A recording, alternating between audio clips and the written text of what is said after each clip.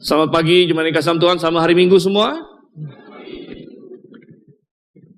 Oke, puji syukur kita ada di sini semua. Kita telah dituntun oleh Tuhan sampai ke tempat ini. Kita menyanyi, ya. Kita mendengarkan pujian yang indah. Tadi paduan suara menyanyikan lagu yang indah. Menurut jemaat sekalian, paduan suara kita ini pelayanan yang bagus tidak? Yang penting tidak? Bagus ya.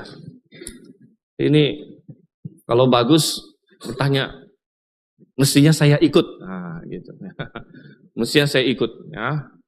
Jadi memang harus datang lebih awal sedikit, jam 8. Tapi itu pengorbanan yang kecil untuk Tuhan. Amin saudara? Ya. Ya. Anak sekolah 6.30 udah masuk, saudara. Ya. Jadi datang jam 8, kita latihan nyanyi, kita memuji Tuhan, itu sangat indah. Oke, nah selain puji-pujian, kita ingin belajar firman Tuhan, jadi kembali kita masuk ke dalam pembelajaran kita akan Injil Matius. Mari kita buka Alkitab kita bersama. Kita sudah sampai ke Matius pasalnya yang ke-25. Matius pasalnya yang ke-25. Nah, kita akan lihat ayat 1 sampai dengan ayatnya yang ke-13. Matius pasal 25. Ayat 1 sampai dengan ayat yang ke-13. Oke, kalau sudah dapat, kita akan membacanya, saya akan bacakan, dan jemaat sekalian mengikuti dengan seksama di Alkitab masing-masing. Ya. Demikian firman Tuhan.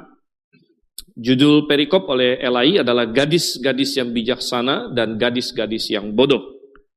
Pada waktu itu, kerajaan surga seumpama 10 gadis yang mengambil pelitanya dan pergi menyambut mempelai laki-laki.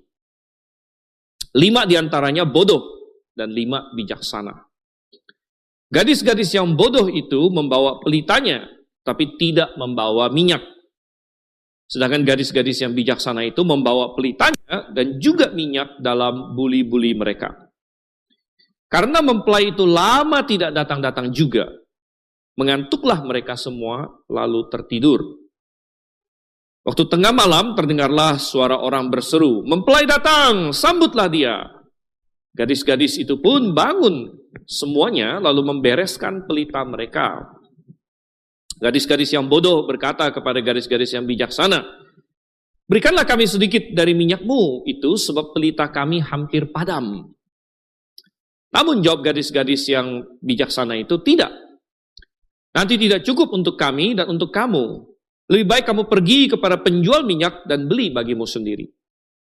Akan tetapi waktu mereka sedang pergi untuk membelinya, datanglah mempelai itu dan mereka yang telah siap sedia masuk bersama dia ke ruang perjamuan kawin, lalu pintu ditutup.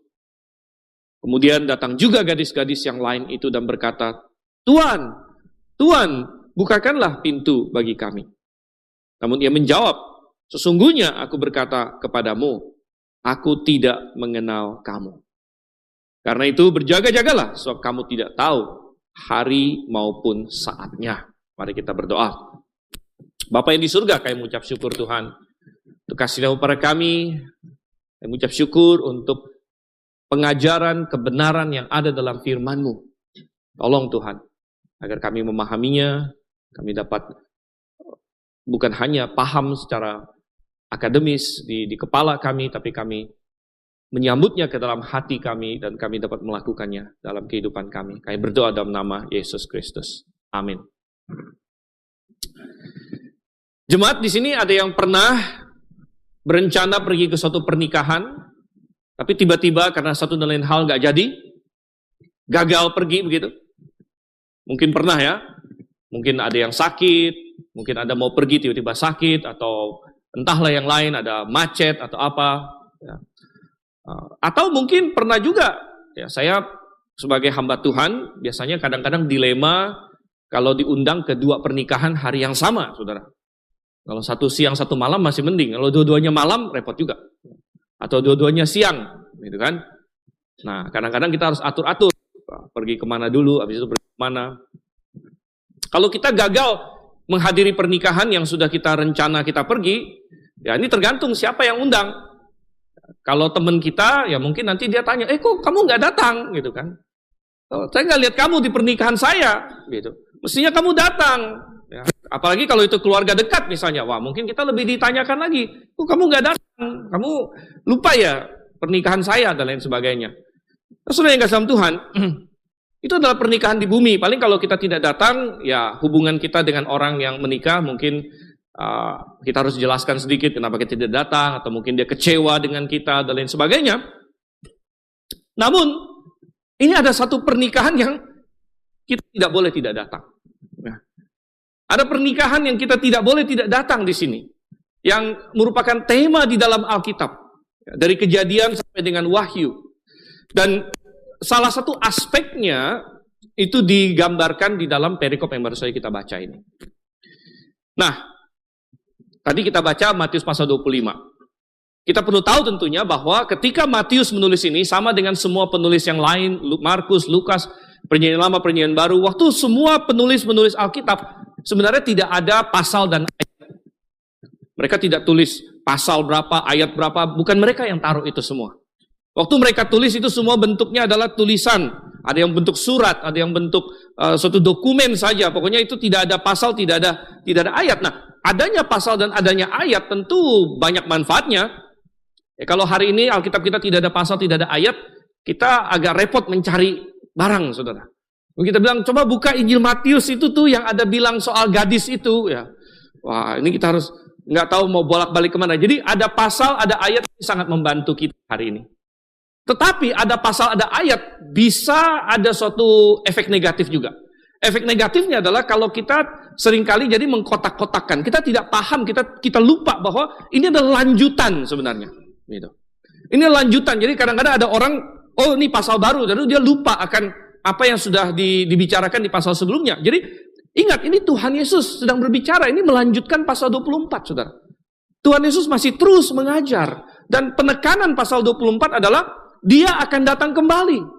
Dia bicara bahwa, lihat nih bait suci ini akan dihancurkan. Satu batu pun tidak akan dibiarkan terletak di atas batu yang lain. Dan murid-muridnya bengong. Tuhan, kapan itu akan terjadi? Dan engkau akan datang kembali, kapan itu engkau akan datang kembali? Dan Tuhan Yesus tegaskan, bahwa aku akan datang kembali. Kalian tidak tahu waktunya, kalian tidak tahu saatnya, tapi kalian harus berjaga-jaga. Itu penekanannya. Berjaga-jaga. Dan ini rupanya dilanjutkan. Di pasal 25 kita akan melihat Tuhan akan memberikan 3 perumpamaan yang menekankan bahwa kita harus berjaga-jaga dan menanti-nantikan kedatangan kembali Tuhan. Dan dia pakai 3 perumpamaan untuk menekankan aspek yang berbeda. Ya. Dia nomor 1 yang kita baca tadi adalah dia datang kembali sebagai mempelai. Lalu yang kedua, dia datang kembali sebagai tuan yang telah meletakkan investasi. Dan yang ketiga nanti dia datang kembali sebagai hakim yang akan memeriksa bangsa-bangsa. Jadi itu adalah pasal 25. Dan penekanan umatnya juga berbeda-beda. Nanti kita akan lihat bagaimana Tuhan berbicara mengenai Israel, Tuhan berbicara mengenai orang-orang percaya, dan kemudian Tuhan berbicara mengenai dunia secara keseluruhan. Tapi itu kita fokus yang hari ini, saudara kasih Tuhan, yang hari ini. Dan saya memberikan judul kepada perikop atau khotbah saya hari ini adalah mempelai akan datang. Sudah siapkah Anda? Mempelai akan datang, sudah siapkah Anda? Dan saudara kasih Tuhan, saya ingin mengajak kita menyelidiki apa kebenaran yang terdapat di dalam perikop ini, dalam perumpamaan yang Tuhan berikan ini. Dan kita akan menyelidikinya dengan menanyakan beberapa pertanyaan. Yang pertama kita bertanya, siapa yang dimaksud di dalam perumpamaan ini? Ini pertanyaan pertama dulu. Siapa yang dimaksud dalam perumpamaan ini? Ya, karena Tuhan Yesus kasih perumpamaan, ada pernikahan, ada mempelai, ada gadis-gadis. Siapa mereka? Siapa yang dimaksud oleh Tuhan? Oke, kita mulai siapanya kita selidiki dulu. Pertama, yang paling penting dan utama adalah siapa mempelainya dulu. Ya. Siapa mempelai yang dimaksud? Karena dikatakan di sini, mereka ini ya, mereka seumpama kerajaan sorga di ayat 1, seumpama 10 gadis yang mengambil pelitanya dan pergi menyambut mempelai laki-laki.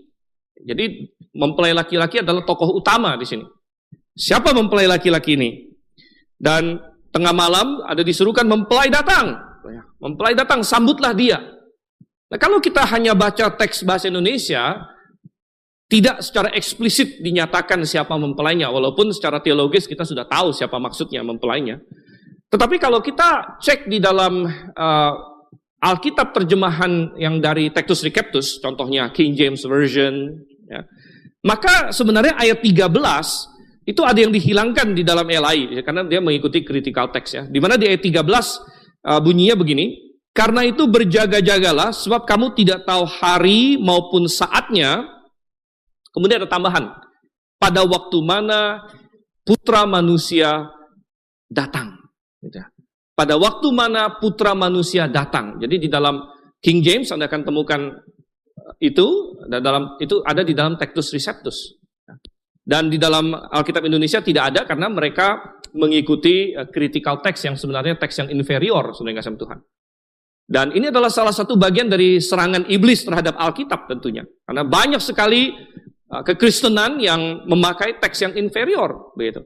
Oleh karena itu kita sedang dalam program untuk menerjemahkan dari Textus Receptus ke bahasa Indonesia.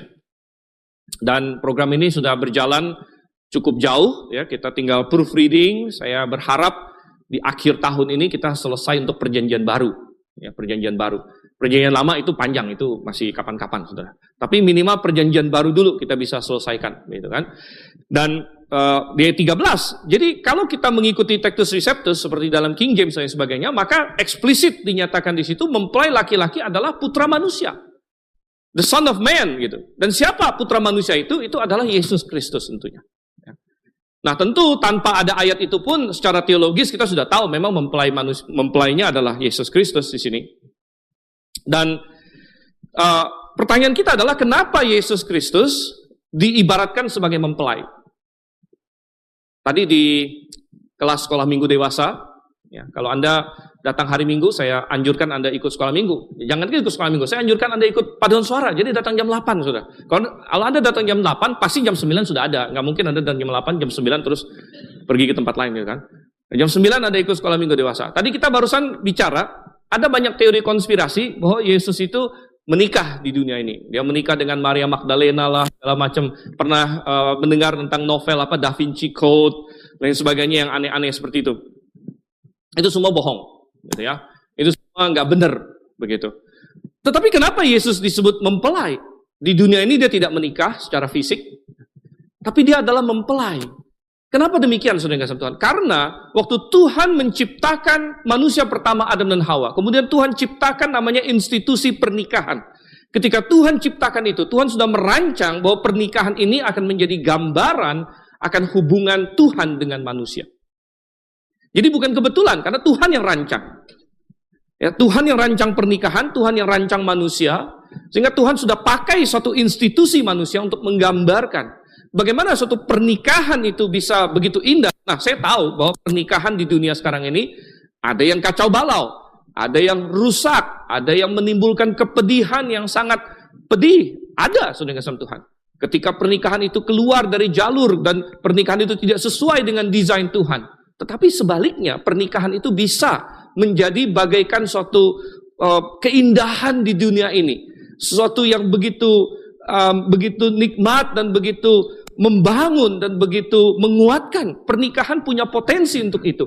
Ketika pernikahan itu di dalam desain Tuhan, dan Tuhan sudah merancang agar pernikahan yang indah, yang bagus itu menggambarkan hubungan Tuhan dengan manusia.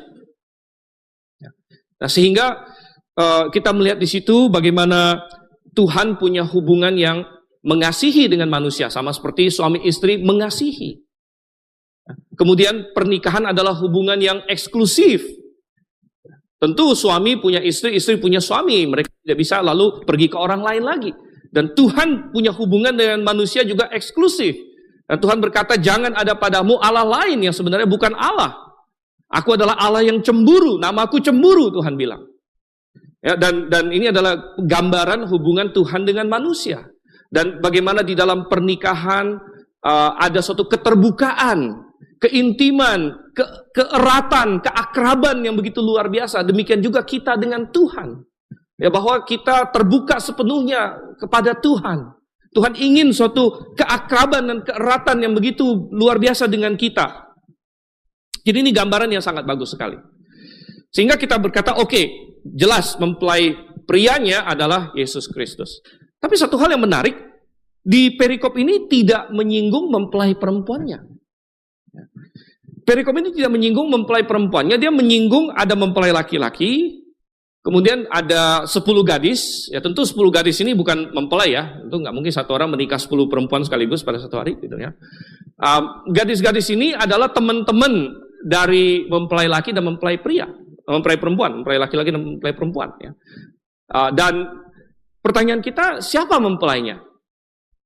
Siapa mempelainya? Nah, kita mendapatkan ini mempelai perempuannya siapa dari bagian Alkitab lain. Coba kita lihat contohnya. Pertama kita lihat 2 Korintus pasalnya yang ke-11. 2 Korintus pasal yang ke-11. Ya, kita lihat di sini. Saya baca dari ayat 2 sampai dengan ayat yang ke-4. 2 Korintus pasal 11 ayat 2 sampai dengan yang 4. Sebab aku cemburu kepada kamu dengan cemburu ilahi. Nah ini sekali lagi, cemburu ilahi, Tuhan bisa cemburu ya. Dan ya karena hubungan suami istri, hubungan pernikahan adalah hubungan yang eksklusif. Karena aku telah mempertunangkan kamu kepada satu laki-laki untuk membawa kamu sebagai perawan suci kepada Kristus. Namun aku takut kalau pikiran kamu disesatkan dari kesetiaan kamu yang sejati kepada Kristus. Sama seperti Hawa diperdayakan oleh ular itu dengan kelicikannya. So, kamu sabar saja jika ada seseorang datang memberitakan Yesus yang lain daripada yang telah kami beritakan, atau memberikan kepada kamu roh yang lain daripada yang telah kamu terima, atau Injil yang lain daripada yang telah kamu terima. Oke, jadi berdasarkan ayat ini, kembali menggunakan ilustrasi atau metafora yang sama, Kristus sebagai mempelai laki-laki, siapa mempelai perempuannya? Siapa yang sudah dipertunangkan kepada Kristus? Jawabannya adalah orang yang percaya kepada Kristus. Orang-orang percaya perjanjian baru, ya, yaitu kita di zaman gereja ini yang sudah diselamatkan, yang percaya kepada Yesus adalah mempelainya, adalah tunangan Kristus yang sedang menantikan hari pernikahan itu. Coba kita balik lagi ke dalam Matius pasal yang ke-25. Tentu bukan hanya ayat itu, kita akan kekurangan waktu kalau kita mau buka semua ayat ya. Efesus pasal 5, ketika dalam berbicara mengenai suami dan istri. Hai suami, kasihilah istrimu. Hai istri, tunduklah para suamimu. Dan di situ juga dikatakan, rahasia ini besar, tapi aku berbicara mengenai hubungan Kristus dengan jemaat. Ya, jadi orang-orang percaya perjanjian baru adalah mempelai Kristus. Dan ini cocok sekali. Ini cocok sekali dengan Tuhan memakai pola pernikahan Yahudi rupanya. Ya. Tuhan memakai pola pernikahan Yahudi. Kenapa Tuhan pakai pola pernikahan Yahudi? Kenapa bukan Tuhan pakai pola pernikahan orang Tionghoa atau orang Batak atau orang Nias atau orang Jawa? Ya, bukan. Ya. Nomor satu karena Yesus Kristus datang sebagai orang Yahudi. Dan nomor dua karena orang Yahudilah tiang penopang dasar kebenaran di zaman perjanjian lama. Gitu. Jadi Tuhan pakai pola pernikahan Yahudi. Di dalam pernikahan Yahudi, ketika seorang laki-laki datang meminang seorang perempuan, mereka bertunangan. Ya. Dan di situ akan disetujui oleh kedua keluarga dan si perempuan akan terima, gitu ya. Maka mereka diikat di situ di dalam suatu pertunangan. Nah, pertunangan Yahudi itu adalah sesuatu yang kuat. Dan kalau hari ini ada orang yang tunangan, ya ada yang masih berkata begini kan, oh dia udah punya tunangan loh, nggak apa-apa, saya masih punya kesempatan selama belum ada janur kuning katanya, gitu ya. Wah, ya enggak, kalau di dalam orang Yahudi enggak seperti itu. Kalau misalnya seseorang sudah bertunangan itu dianggap mengikat, ya, mengikat. Dan kalau misalnya mau pisah itu hitungannya cerai, saudara. Dan itu hanya boleh dilakukan kalau misalnya ada masalah besar, misalnya salah satu pihak ditemukan tidak setia, lain sebagainya, itu baru diceraikan. Dan ini kita lihat contohnya adalah ketika Yusuf bertunangan dengan Maria, kita baca itu di dalam kisah Natal yang kita sangat ketahui dan kita kasihi. Bahwa Yusuf seorang laki-laki yang baik-baik, ya, bertunangan dengan Maria juga seorang perempuan yang baik-baik. Tetapi kemudian ada suatu insiden, intervensi Tuhan di mana Maria tiba-tiba hamil tanpa mengenal perempuan, mengenal laki-laki. Tentu Yusuf tidak tahu itu. Ya Yusuf kira, wah, kenapa ini? Saya tinggalkan baik-baik saja, sekarang balik dulu udah isi begitu kan? Mungkin dia bingung gitu ya. Dan kita membaca dalam Alkitab apa? Yusuf mau menceraikan. Kalau kita tidak mengerti pola Yahudi, kita bingung. Sebenarnya Yusuf sudah menikah belum sama Maria, gitu kan? Kalau belum menikah kan mestinya bukan bercerai gitu dalam pemikiran modern. Dalam pemikiran modern, ya belum menikah ya sudah, ya putus saja namanya, putus gitu kan? Saya putusin kamu. Ya. Tapi enggak. Yusuf mau menceraikan Maria waktu itu awalnya. Kenapa menceraikan? Padahal mereka belum hidup sebagai suami istri. Mereka belum karena Maria masih perawan, saudara. Ya. Tetapi mereka harus bercerai ya, karena pertunangan Yahudi itu kuat, ikatannya itu pasti. Kalau mau lepas itu namanya bercerai. Dan itu juga gambaran kita dengan Kristus. Ya, ketika kita sudah dipertunangkan dengan Kristus, kita sudah menjadi milik Kristus sebenarnya. Ini sudah pasti punya, begitu. Sudah pasti punya, kecuali tadi dikatakan Paulus bilang apa? Aku takut kalau kamu disesatkan dengan Yesus yang lain. Kamu disesatkan dengan Injil yang lain, padahal aku sudah mempertunangkan kamu kepada satu laki-laki. Ya. Nah, oke, habis pertunangan, seorang laki-laki Yahudi itu akan mempersiapkan rumah tinggal. Ya. Jadi setelah bertunangan, dia akan mempersiapkan rumah tempat mereka akan tinggal bersama. Dan biasanya seorang laki-laki biasanya akan pergi, ya, dia mempersiapkan rumahnya. Rumahnya bisa jadi di tempat bapaknya juga. Ya. Jadi bapaknya biasa punya tanah, lalu dia akan bangun rumah di satu sudut di rumah bapaknya juga, begitu. Dan ini cocok dengan apa yang Yesus lakukan. Setelah kita dipertunangkan dengan Kristus, Kristus sudah kembali ke sorga. Apa yang Tuhan Yesus katakan dia sedang lakukan, dia kembali ke sorga. Di Yohanes pasal 14. Dia bilang, aku mempersiapkan tempat bagimu. Aku mempersiapkan tempat. Dan Kristus sedang mempersiapkan rumah untuk kita sebagai mempelai wanita. Dan kemudian kalau rumahnya sudah selesai, maka seorang mempelai Yahudi, dia akan datang. Dia akan datang pada suatu hari, kadang-kadang dia kasih surprise sama mempelainya, begitu. Dan dia akan datang pada satu hari, kemudian menjemput mempelainya. Dan kemudian mereka akan jalan bersama ke rumah yang baru yang sudah dipersiapkan itu. Dan beritanya akan disampaikan, lalu semua teman-teman mereka, undangan akan datang ke rumah mereka. Akan datang ke rumah mereka, dan setelah mempelai itu masuk ke rumah, lalu mereka akan bikin perjamuan di situ. Nah, ini adalah pernikahan Yahudi, saudara kasih Tuhan. Dan Tuhan memakai itu untuk menggambarkan kita. Kita orang-orang yang sudah diselamatkan, kita adalah mempelai Kristus. Kita menantikan saatnya kita akan dijemput oleh mempelai pria kita. Dan ketika dia datang menjemput kita, dia sedang mempersiapkan tempat saat ini. Dan dia akan datang menjemput kita, membawa kita ke tempat yang sudah dia persiapkan. Dan kita akan bersama dengan dia selama-lamanya. Oke. Sekarang pertanyaannya, kalau begitu, siapa gadis-gadis ini? Gitu kan? Kalau gadis-gadis ini bukan digambarkan sebagai mempelai perempuan, kalau gitu siapa gadis-gadis ini? Gitu kan? Siapa gadis-gadis ini? Gadis-gadis ini, ya, jadi kita akan diangkat. Apa yang terjadi ketika kita diangkat? Ketika Yesus datang menjemput kita, ya, maka dunia ini akan masuk ke dalam masa tribulasi. Ketika Tuhan menjemput kita, ya, gereja yang benar akan hilang, karena gereja yang benar terdiri dari orang-orang yang diselamatkan. Ya, tapi apakah masih akan ada gereja setelah pengangkatan di masa tribulasi? Oh ya, akan ada. Tapi gereja-gereja yang hanya namanya gereja, yang isinya sebenarnya orang-orang yang tidak diselamatkan. Nah, mereka akan tertinggal. Tetapi masuk ke masa tribulasi, fokus Tuhan akan beralih kembali kepada Israel. Dan kalau Anda melihat gerakan politik hari ini dan lain sebagainya, kita sudah bicarakan di banyak khotbah yang lalu. Ya. Tuhan sudah mempersiapkan Israel untuk kembali lagi ke tengah-tengah kancah politik, ya, kancah dunia ini. Tapi nanti sesudah rapture, fokus Tuhan akan kembali lagi kepada Israel. Dan sebenarnya gadis-gadis ini berbicara mengenai Israel, saudara kasih Tuhan. Sebenarnya gadis-gadis ini bicara mengenai Israel. Israel akan masuk di dalam masa tribulasi.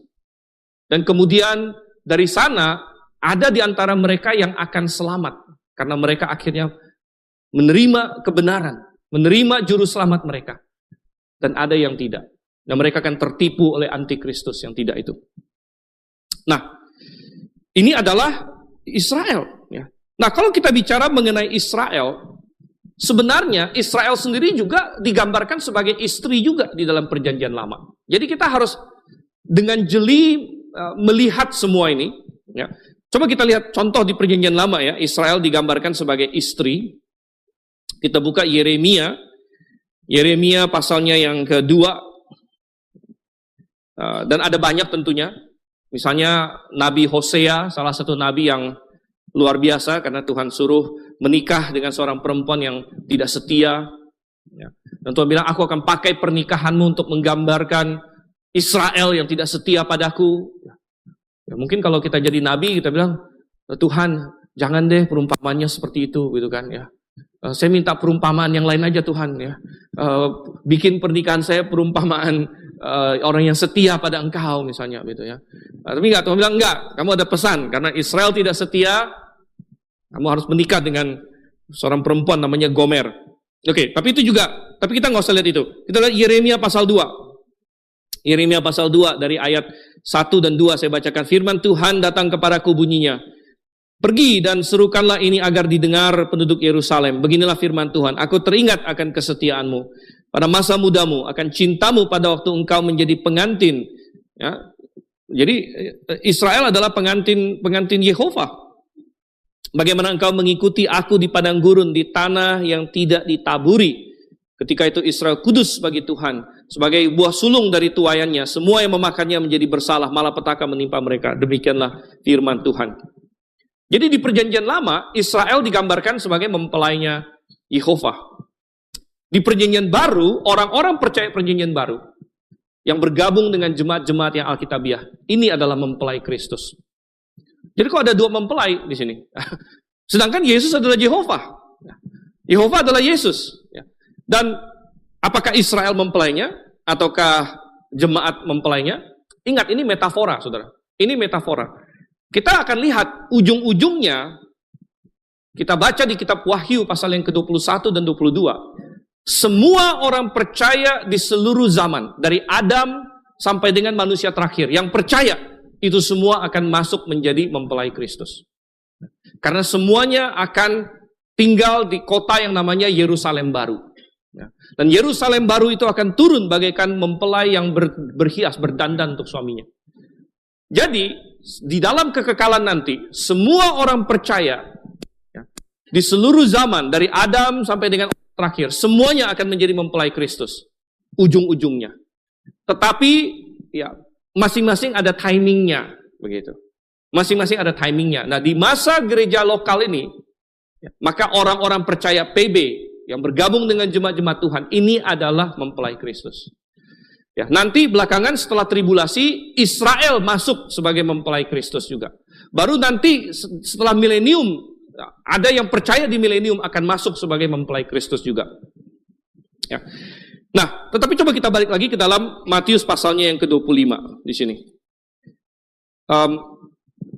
Untuk di masa sekarang ini, program Israel masih ditangguhkan oleh Tuhan. Sehingga untuk saat ini mereka belum berstatus sebagai mempelai Kristus. Dan mereka digambarkan sebagai gadis di sini ya. 10 gadis. Ada yang bodoh, ada yang bijaksana. Begitu. Tetapi walaupun ini bicara terutama mengenai Israel, bukan berarti, oh ini kan Israel, nggak ada hubungan dengan saya. Bukan berarti demikian. Ada pelajaran yang penting sekali bagi kita juga. Apa pelajaran itu? Nah, ini masuk kepada poin kita yang kedua. Tadi poin yang pertama kita bertanya, siapa yang dimaksud? Kita lihat tokoh-tokohnya. Siapa mempelai laki-laki? Siapa mempelai perempuan yang nggak disebutkan di sini? Siapa gadis-gadisnya? Ya. Tapi pertanyaan kedua yang harus kita tanya adalah, bukan siapa yang dimaksud, tapi Apa yang dimaksud sekarang? Kita sudah lihat tokoh-tokohnya, kita mau bertanya, apa yang dimaksud? Apa yang dimaksud dengan perumpamaan ini? Ya. Kenapa ada pelita? Kenapa ada minyak? Apa minyak itu? Dan lain sebagainya. Karena rupanya 5 perempuan yang bodoh dan 5 perempuan yang bijaksana ini, Tuhan tidak berfokus ke mereka pakai baju apa. Tuhan tidak berfokus kepada mereka cantik atau jelek atau bagaimana. Ya, tentu perumpamaan ini hanya berfokus ke satu hal. Perbedaan di antara mereka hanyalah yang satu katanya, bawa minyak dalam buli-buli. Yang satu lagi, tidak bawa minyak. Mereka masing-masing punya pelita. Mereka masing-masing bawa pelita. Tapi yang 5 membawa minyak. Yang 5 lagi tidak membawa minyak. Sehingga itu yang menjadi fokus firman Tuhan. Hei yang bodoh, dan ini merupakan peringatan. Ini merupakan peringatan, kamu punya minyak atau tidak? Apakah kamu punya minyak di dalam buli-bulimu? Apakah kamu membawa minyak bersama dengan pelitamu? Sehingga kita bertanya, yang paling penting adalah apa minyaknya? Kalau begitu. Tuhan, apa yang dimaksud dengan minyak di sini? Sehingga ketika mempelai datang dan semua perempuan itu beres-beres, ya, rupanya untuk menyambut mempelai harus ada pelita rupanya. Dan yang 5 ini lihat pelitanya sudah mau padam. Dan mereka bilang, kami minta dong minyak. Enggak, katanya. Enggak bisa. Kami ini nanti enggak cukup, katanya. Kamu belilah sana. Lalu mereka kucuk-kucuk pergi mau beli. Tapi begitu mereka mau beli, katanya, mempelai datang. Dan yang siap sedia masuk ke dalam kebahagiaan. Dan mereka yang lain berkata, Tuhan, Tuhan bukakan pintu. Aku tidak mengenal kamu. Aku tidak mengenal kamu. Oh, saudara yang kasih dalam Tuhan. Apa minyak itu? Saya ada banyak membaca buku-buku penafsiran dan lain sebagainya. Ada banyak orang yang mengatakan minyak ini adalah Roh Kudus. Karena Roh Kudus dibutuhkan untuk keselamatan. Roh Kudus dibutuhkan untuk keselamatan. Jadi orang yang tidak punya Roh Kudus tidak diselamatkan, katanya. Memang benar. Kalau kamu tidak punya Roh Kudus, kamu tidak diselamatkan. Lalu mereka berkata lagi bahwa minyak seringkali adalah lambang Roh Kudus. Dan itu benar juga. Minyak seringkali adalah lambang Roh Kudus. Ya. Bagaimana Harun diurapi pakai minyak, itu menggambarkan Roh Kudus memampukan dia. Tetapi sebenarnya kalau ini ditafsirkan Roh Kudus, kurang tepat. Karena Roh Kudus ini tidak bisa dibeli, sedangkan 5 gadis yang bijaksana bilang, kamu beli saja. Kamu beli minyaknya, dan mereka pergi untuk beli, katanya. Mereka pergi untuk beli, tapi mereka belum sempat beli, sudah datang. Nah, Roh Kudus tentu tidak dibeli. Kita tidak pernah membaca di dalam Alkitab Roh Kudus dibeli. Bahkan ada yang pernah coba beli Roh Kudus, ingat nggak siapa? Beli kuasa Roh Kudus, ya di Kisah Rasul itu, nah, si Simon, katanya. Simon Magus, katanya. Dia mau beli Roh Kudus. Dan Petrus bilang, binasa kamu dengan uangmu. Kamu mengira kamu bisa membeli kuasa Allah. Lagi pula, saudara yang kasih Tuhan, sebenarnya gadis-gadis yang bodoh ini bukan tidak punya minyak sama sekali. Karena kalau kita baca dengan teliti di ayatnya yang ke-8, ya, dikatakan gini, gadis-gadis yang bodoh berkata kepada gadis yang bijaksana, berikanlah kami sedikit dari minyakmu itu, sebab pelita kami hampir padam. Hampir padam berarti belum padam, berarti masih nyala begitu kan. Nah, waktu itu belum ada lampu listrik, saudara yang kasih Tuhan. Ya. Jadi pelita mereka yang hampir padam ini sudah pasti pakai minyak juga. Gitu. Jadi sebenarnya mereka punya minyak, gitu, tapi mereka tidak punya persediaan minyak. Mereka ada sedikit minyak di pelita mereka yang asli itu, tapi yang bijaksana ini mereka punya cadangan buli-buli tambahan gitu. Jadi mereka yang bodoh ini punya minyak, tetapi tidak cukup minyaknya rupanya. Sehingga pertanyaan kita, apa minyak ini? Nah, kalau kita lihat seluruh Alkitab, coba kita buka di dalam Amsal, saudara yang kasih. Amsal, ini ayat yang mestinya orang Grafe sangat tahu ya. Amsal 23 ayatnya yang ke-23. Kita pernah punya acara namanya ini, jadi kalau Anda nggak tahu ini agak keterlaluan. Berarti Anda nggak pernah ikutin warta kita atau yang lain. Amsal 23 ayat 23. Belilah, apa katanya? Kebenaran dan jangan menjualnya. Belilah kebenaran dan jangan menjualnya. Demikian juga dengan hikmat, didikan, dan pengertian. Nah, hikmat, didikan, dan pengertian sebenarnya adalah aspek-aspek lain dari kebenaran. Saya sudah sering jelaskan bahwa orang Ibrani itu punya namanya puisi paralelisme, di mana dalam 2 baris atau 3 baris atau 4 baris mereka menyatakan hal yang sama dari sudut pandang yang sedikit berbeda. Ya. Jadi belilah kebenaran dan jangan menjualnya. Minyak ini adalah kebenaran, Bapak Ibu Saudara. Ya. Minyak ini adalah kebenaran. Ya. Karena tanpa kebenaran, orang tidak bisa diselamatkan. Tanpa kebenaran, orang terkungkung di bawah dosa. Tuhan Yesus berkata, kalau kamu tetap dalam firman-Ku, maka kamu akan mengenal kebenaran. Dan kebenaran itu akan memerdekakan kamu. Makanya kita pernah bikin acara namanya apa? Belilah kebenaran dan jangan menjualnya. BKDJM. Sekarang udah ganti jadi SKF. BKDJM. Belilah kebenaran dan jangan menjualnya. Saya masih ingat waktu kita pertama siaran BKDJM, lalu kita blasting BKDJM. Ada orang yang komentar. Wih, kok kebenaran pakai beli? Katanya. Kebenaran gak bisa dibeli, itu gratis. Katanya. Rupanya dia belum pernah baca Amsal 23 itu 23, gitu kan. Kita bilang, loh ini belilah kebenaran. Kebenaran dibeli pakai apa? Dibeli pakai uang kah? Enggak juga sih. Walaupun bisa jadi perlu keluar uang, gitu kan. Jadi maksudnya apa sih? Belilah kebenaran, gitu ya. Maksudnya apa? Nah, coba kita lihat dulu. Kenapa kebenaran? Kenapa minyak ini adalah kebenaran? Mengapa itu begitu penting, Saudara Tuhan? Tadi kita bilang kebenaranlah yang bisa menyelamatkan kita. Kebenaran itu siapa? Kebenaran, Yesus pernah berkata, akulah jalan dan kebenaran dan hidup. Akulah jalan dan kebenaran yang hidup. Yohanes 14 ayat 6. Dan kalau kita tidak memiliki Yesus Kristus, kalau kita tidak punya kebenaran tentang Yesus Kristus, kita akan binasa. Coba kita lihat lagi ayat-ayat yang lain. Coba kita buka 2 Tesalonika. Kita lihat 2 Tesalonika. Pasalnya yang kedua.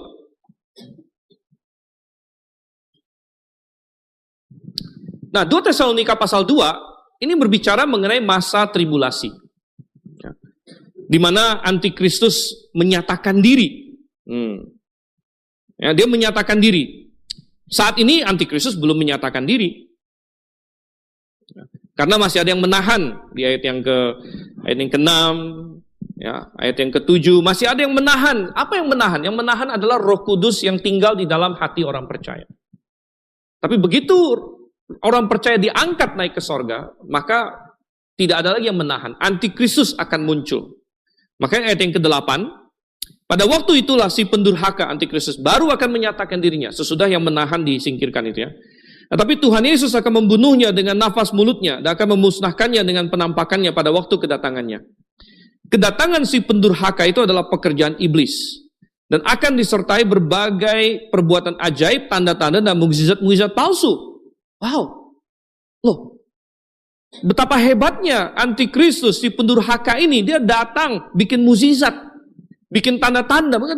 Kalau tiba-tiba ada seorang datang ke sini, lalu dia bisa turunkan api dari langit, Anda percaya nggak dia hebat? Ini bukan David Copperfield loh yang pakai ini ya. Bukan siapa lagi mentalis apalah segala macam yang pakai trik-trik ini ya. Enggak, ini benar-benar wah, kita bilang ini ada kuasa, ini benar-benar ada kuasa. Tapi ternyata dia dari iblis, kuasanya dari iblis. Karena iblis juga punya kuasa. Anda masih ingat ketika Musa melemparkan tongkatnya jadi ular. Terus apa yang dilakukan oleh penyihir-penyihir Firaun? Dia lemparkan tongkat jadi ular juga. Wih, hebat bener gitu. Iblis punya kuasa, saudara Tuhan. Ya. Dan katanya iblis akan kasih kuasa kepada antikristus. Anda bilang, kalau gitu bagaimana saya bisa tidak ditipu? Bagaimana saya bisa membedakan antara mukjizat Allah dengan mukjizat iblis? Nah, itu ada bukunya, saudara. Nanti ada cek itu di toko buku kita, gitu kan? Tetapi kuncinya di sini ada di ayat yang ke-10. Apa? Dengan berbagai tipu daya jahat terhadap orang-orang yang akan binasa. Kenapa mereka binasa? Karena mereka tidak menerima dan tidak mengasihi kebenaran yang dapat menyelamatkan mereka. Mereka binasa karena mereka tidak menerima kebenaran. Sama seperti dalam perumpamaan Tuhan Yesus, 5 gadis yang bodoh itu tidak bisa masuk ke dalam hidup. Dan mereka terpaksa berada di luar. Dan terdengarlah kepada mereka kata-kata yang paling mengerikan yang bisa didengar oleh seorang individu, yaitu ketika Yesus berkata, "Aku tidak mengenal kamu." Tidak ada kata-kata lain yang lebih mengerikan lagi. Kalau hari ini Anda ketemu orang, orang bilang, "Saya nggak kenal kamu." Ya udahlah, saya juga kurang kenal kamu sih, gitu kan. Nggak masalah, saudara. Anda tidak dikenal di dunia ini oleh siapa nggak masalah. Tapi kata-kata yang paling jahanam, paling mengerikan adalah ketika Tuhan berkata, "Aku tidak mengenal kamu. Keluar kamu. Kamu tidak mendapat bagian di dalam aku." Dan saudara yang kasih Tuhan, mereka dikatakan demikian karena mereka tidak punya minyak. Apa minyak itu? Makanya dikatakan di sini, paralel dengan 2 Tesalonika 2 ayat 10. Mereka ini binasa karena mereka tidak menerima dan tidak mengasihi kebenaran yang dapat menyelamatkan mereka. Kita lanjut lagi ayat 11 dan 12. Itulah sebabnya Allah mendatangkan kesesatan atas mereka. Kenapa bisa dikatakan Tuhan mendatangkan kesesatan? Karena Tuhanlah yang mengizinkan antikristus untuk bangkit. Sebagai bagian dari program Tuhan. Bukan Tuhan mau mereka sesat, tapi itu memang sudah jalannya bahwa antikristus akan bangkit. Dan menyebabkan mereka percaya kepada dusta supaya dihukum semua orang yang tidak percaya kepada kebenaran dan suka kejahatan. Tidak percaya kepada kebenaran, tidak mengasihi kebenaran, tidak menerima kebenaran. Itu yang kasih Tuhan. Ini adalah hal yang penting. Ini adalah hal yang penting. Dan kita berkata, apa hubungannya dengan Israel? Ini sangat berhubungan dengan Israel dan sangat berhubungan dengan kita juga. Tadi kita perhatikan, kalau kita teliti dengan perumpamaan ini, tadi saya bilang, 5 gadis bodoh ini, mereka bukan gak ada minyak sama sekali. Mereka sudah punya minyak di pelita mereka, cuma mereka tidak punya cukup minyak. Saudara, orang Yahudi itu sudah punya kebenaran.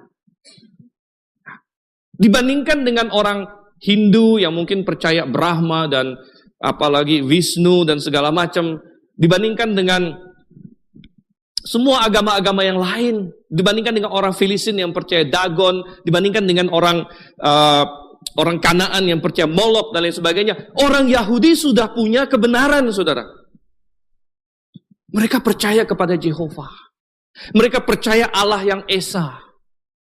Mereka percaya bahwa Abraham adalah nabi. Mereka percaya Musa adalah nabi. Itu sudah benar dibandingkan yang percaya nabi-nabi palsu gitu. Ya.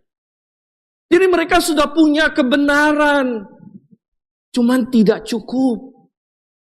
Karena tidak cukup untuk mempercayai itu untuk selamat. Ya. Tidak cukup. Dan ini relevan untuk kita juga. Hari ini ada banyak orang yang seperti orang Yahudi pada waktu itu. Mereka sudah punya kebenaran-kebenaran tertentu. Ada banyak orang hari ini percaya ada satu Allah. Tapi apa kata Yakobus? Kau percaya ada satu Allah? Bagus, tapi setan-setan itu percaya dan mereka gemetar. Itu belum cukup. Kamu punya sebagian kebenaran. Kamu percaya Yesus Kristus pernah ada, pernah berjalan di atas muka bumi ini. Bagus, ya ada orang yang nggak percaya itu. Kamu percaya Yesus Kristus eksis, bagus, itu kebenaran. Tapi itu tidak cukup. Kamu percaya Yesus Nabi, ada begitu banyak orang hari ini percaya Yesus adalah Nabi. Percaya dia adalah Rabi yang baik, percaya dia adalah orang yang luar biasa. Itu benar nggak? Benar. Yesus adalah Nabi, Yesus adalah guru, Yesus adalah orang yang baik. Tidak ada yang salah dengan semua itu. Itu adalah kebenaran juga. Tetapi itu belum kebenaran yang mencukupi. Ya, sehingga kita perlu bertanya, saya perlu minyak apa? Saya perlu kebenaran apa? Saya perlu kebenaran yang menuntun kepada Yesus Kristus sebagai Tuhan, sebagai Allah yang menjadi manusia, yang mati di kayu salib, menggantikan dosa saya, bangkit kembali pada hari yang ketiga. Saya perlu keseluruhan Injil. Oh, saudara yang kasih Tuhan, Orang Yahudi percaya pada Jehovah. Katanya. Tapi ketika Jehovah datang dan menjadi manusia dan menjadi Yesus, dan Jehovah berkata, "Aku Yesus," mereka tidak percaya. Mereka tidak percaya. Sehingga itu sia-sia. Kamu bisa ngomong kamu percaya Yehovah, kamu percaya Yehovah yang sejati tidak? Kamu percaya Allah yang benar atau tidak? Waktu orang Israel jatuh ke dalam penyembahan berhala, waktu zaman Harun mereka bikin lembu emas. Apa yang Harun katakan? Anda baca dalam bahasa aslinya. Dia berkata, "Hai orang Israel, inilah Tuhan yang memimpin kita keluar dari Mesir." Dia pakai Tuhan di situ Jehovah. Ketika Yerobeam bikin lembu emas ya, di Betel dan di Dan, lalu dia berkata, "Hai orang Israel, jangan lagi pergi ke Yerusalem. Ngapain kamu pergi ke anak Daud di sana? Inilah Tuhan Yehovah menuntun kita keluar dari Mesir." Mereka semua bisa bilang mereka percaya Yehovah, tapi nggak cukup karena Yehovah yang berkata, "Ini aku yang benar-benar," kamu nggak percaya. Ya. Kamu tidak percaya, makanya ada Yesus yang lain. Banyak orang hari ini bilang dia percaya Yesus, tapi bisa jadi dia percaya Yesus yang lain. Nah, ada banyak orang hari ini, ya nggak usah banyak orang lah. Tentu banyak orang, tapi saya ambil dari pengalaman saya sendiri. Saya lahir di keluarga Kristen. Ya, saya lahir di gereja, bukan di gereja, lahir di rumah sakit mungkin. Nggak tahu ya, mesti tanya Pak Sento. Besar di gereja, gitu kan? Saya besar di gereja. Saya sekolah minggu dan lain sebagainya.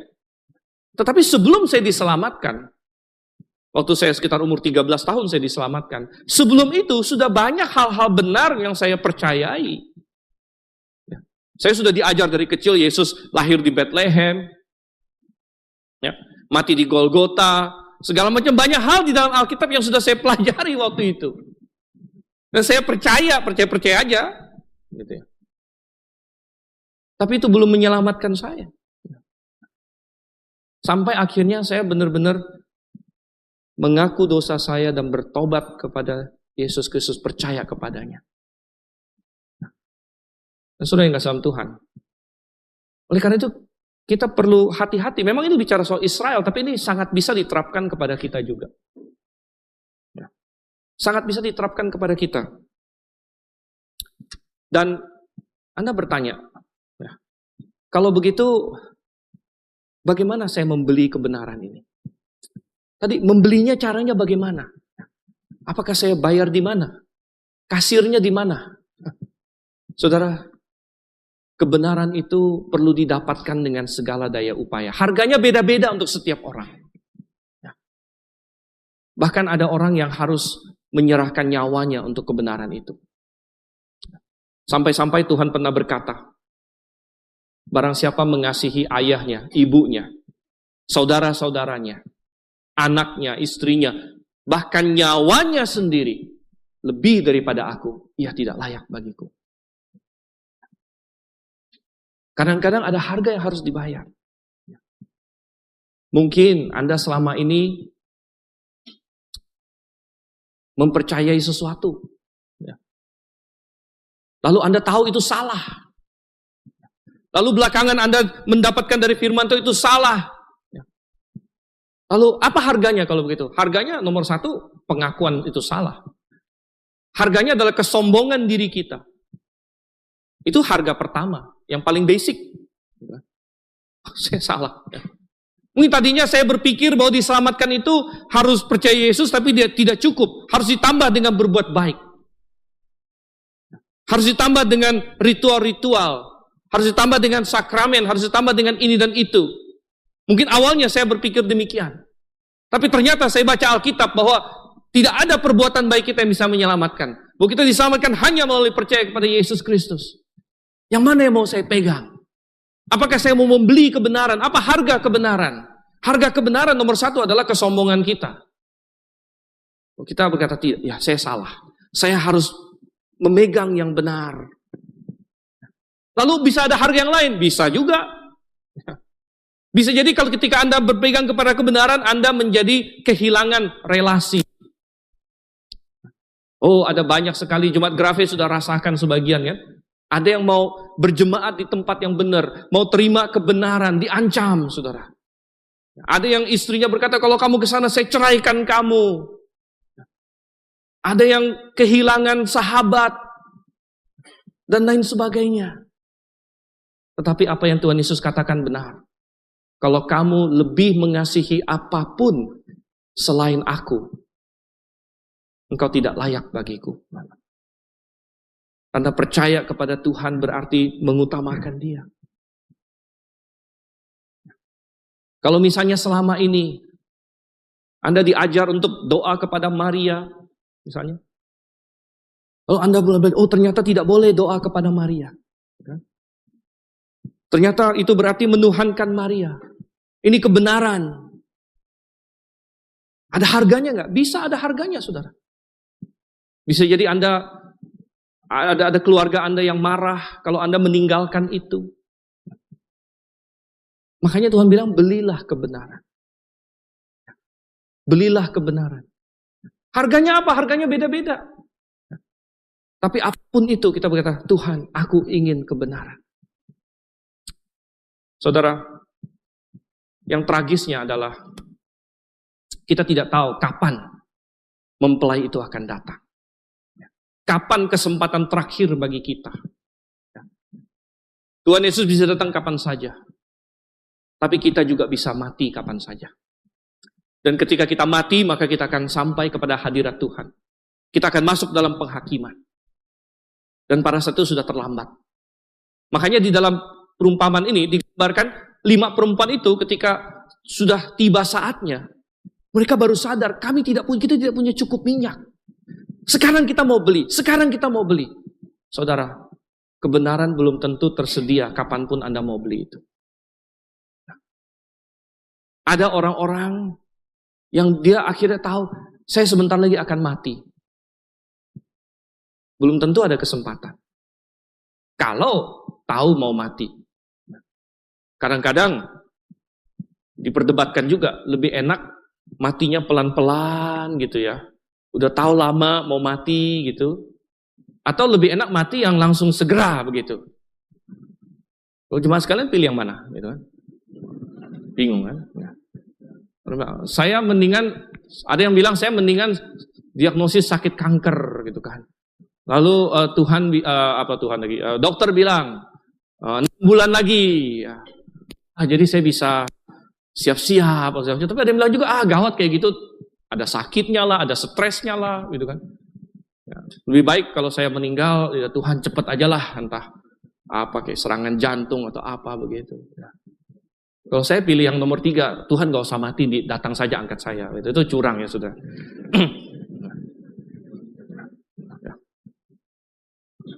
Tapi saya ingin berkata bahwa ada orang yang dia nggak dapat kesempatan lagi. Aku mau beli kebenaran sekarang. Sekarang aku mau beli kebenaran. Ayo cari di mana? Di mana ada kebenaran? Mana penjual kebenarannya? Sudah datang, mempelai sudah datang. Sudah terlambat. Mungkin hidupmu sudah diambil darimu. Mungkin dia sudah datang. Sehingga Tuhan berkata, hari ini adalah hari keselamatan. Hari ini adalah ketika Tuhan berkenan untuk mendengarkan kau. Berserulah kepadanya. Karena tidak ada satu orang pun yang punya jaminan akan hari esok. Tetapi saudara yang kasih Tuhan, ini adalah peringatan, tapi bukan hanya peringatan. Ini adalah penghiburan juga. Penghiburan bagi yang sudah punya kebenaran. Kalau Anda sudah menerima kebenaran, Anda sudah berkata, saya adalah mempelai. Saya sudah dipertunangkan. Maka mempelai akan datang.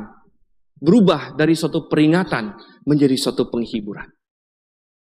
Karena itu berarti, apapun yang kita alami di hidup sekarang ini, itu tidak ada apa-apanya, saudara. Seorang mempelai Yahudi, dia setelah bertunangan, dia persiapkan rumah. Nah itu bisa macam-macam. Kalau rumahnya mahal, cakep gitu, mungkin persiapannya lama, saudara. Mungkin berbulan-bulan, mungkin 1-2 tahun. Mungkin ada mempelai yang, lama juga ya nunggu selesai rumahnya, gitu kan. Saya nggak dijemput-jemput begitu. Tetapi saudara yang kasih Tuhan, misalnya dia harus nunggu beberapa bulan, Tidak ada bandingannya dengan dia seumur hidup dalam kebahagiaan. Dan saudara, kita di hidup sekarang ini, kita berapa sih hidup yang kita miliki? 70, 80 tahun. Ya. Itu kalau Anda mulai dari nol gitu. Sekarang ini kan nggak ada yang nol umurnya di sini kan. Kebanyakan 20-an, 30-an, 40-an, 50-an, 60-an, ada yang 70-an mungkin gitu. Berarti hidup kita tinggal berapa, saudara? Hidup kita tinggal dikurangin aja gitu. Ya. Tinggal dikurangin aja gitu kan. Dan dibandingkan dengan kekekalan.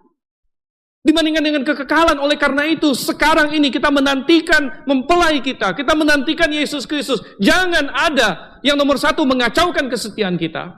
Jangan ada yang membuat kita putus asa. Kalaupun Anda di dalam kesusahan hari ini, kalaupun Anda dalam sakit penyakit, Anda dalam mara bahaya, Anda dalam pencobaan, ketahuilah mempelai akan datang. Ya. Mempelai akan datang. Dan ketika dia datang, semua kesusahan kita akan selesai. Saya sangat terinspirasi oleh kisah tokoh Anabaptis. Saya sudah lupa namanya sekarang, mungkin Pak Sento masih ingat. Di mana ada satu orang bapak dihukum mati bersama dengan dua anak laki-lakinya yang masih sangat muda. Ini masih sangat muda dalam keprimaan hidup, mungkin umur 20-an. Mereka bakal bisa menjadi pengantin laki-laki. Mereka punya tunangan di luar sana, tapi mereka dihukum mati karena iman mereka. Karena iman Anabaptis mereka. Tetapi ketika mereka mau dihukum mati, wajah mereka berseri-seri. Karena mereka berkata, pada hari ini, kami memang batal menikah dengan tunangan kami. Tapi kami masuk ke dalam pernikahan dengan Kristus. Ya. Kami masuk, kami dijemput oleh Kristus. Dan kami masuk ke dalam kekekalan. Oh saudara, kalau kita ingat bahwa mempelai akan datang, maka kita akan hidup di dalam pengharapan. Kita tidak terkalahkan oleh dunia ini karena kita punya iman. Iman kita mengalahkan dunia. Sekalipun kita dianiaya, sekalipun kita dalam kesusahan, tapi kita hidup dengan pengharapan itu. Tapi bagi yang lain, ini adalah peringatan. Mempelai akan datang. Apakah Anda sudah menerima kebenaran? Apakah Anda sudah mengasihi kebenaran? Kebenaran yang cukup. Apa itu kebenaran yang cukup? Seluruh Alkitab. Ini adalah kebenaran. Kalau Anda sudah percaya Yesus, jangan sampai Anda disesatkan. Apakah Anda tahu tentang Alkitab sebagai satu-satunya firman Tuhan? Jangan Anda dibingungkan dengan ilham dan mimpi dan segala macam. Itu kebenaran juga. Ada banyak kebenaran. Kita berkata, Tuhan, aku mau mengejar terus kebenaran. Orang yang cinta kebenaran, Tuhan akan tambahkan kebenaran selanjutnya. Dia cinta kebenaran, Tuhan akan tambahkan kebenaran selanjutnya. Tapi kalau ada kebenaran yang Tuhan sudah singkapkan pada kamu, lalu kamu berkata, Tuhan saya tidak mau, ini harganya terlalu mahal.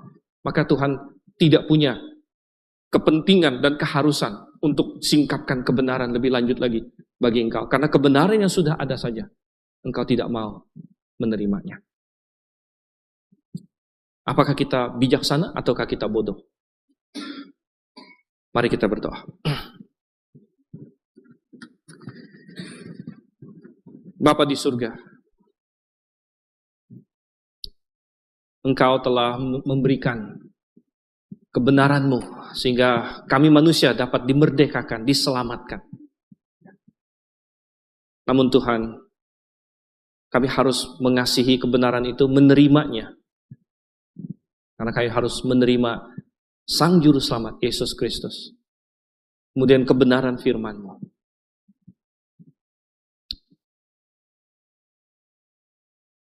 Mungkin ada di tempat ini, sambil kita tundukkan kepala, saya bertanya, adakah di tempat ini yang ingin berkata, saya belum yakin saya diselamatkan, saya belum yakin saya lahir baru, tapi saya ingin hari ini membuatnya yakin. Saya ingin hari ini dosa saya semua diselesaikan dengan percaya kepada Yesus Kristus. Adakah yang ingin berkata demikian? Kalau Anda belum yakin sebelumnya, tapi Anda berkata, saya hari ini ingin membuatnya pasti. Silakan angkat tanganmu, apakah ada? Apakah ada? Tuhan melihat hati kita. Kalau Anda sudah menerima kebenaran, apakah Anda mengasihi kebenaran? Supaya kita tidak digeserkan dari kesetiaan kita kepada Kristus. Kita tidak ditipu oleh Injil yang lain, roh yang lain katanya tadi. Yesus yang lain. Sehingga kita yang sudah dipertunangkan kepada Kristus, kita malah dibelokkan. Tidak, kita harus mengejar kebenaran itu.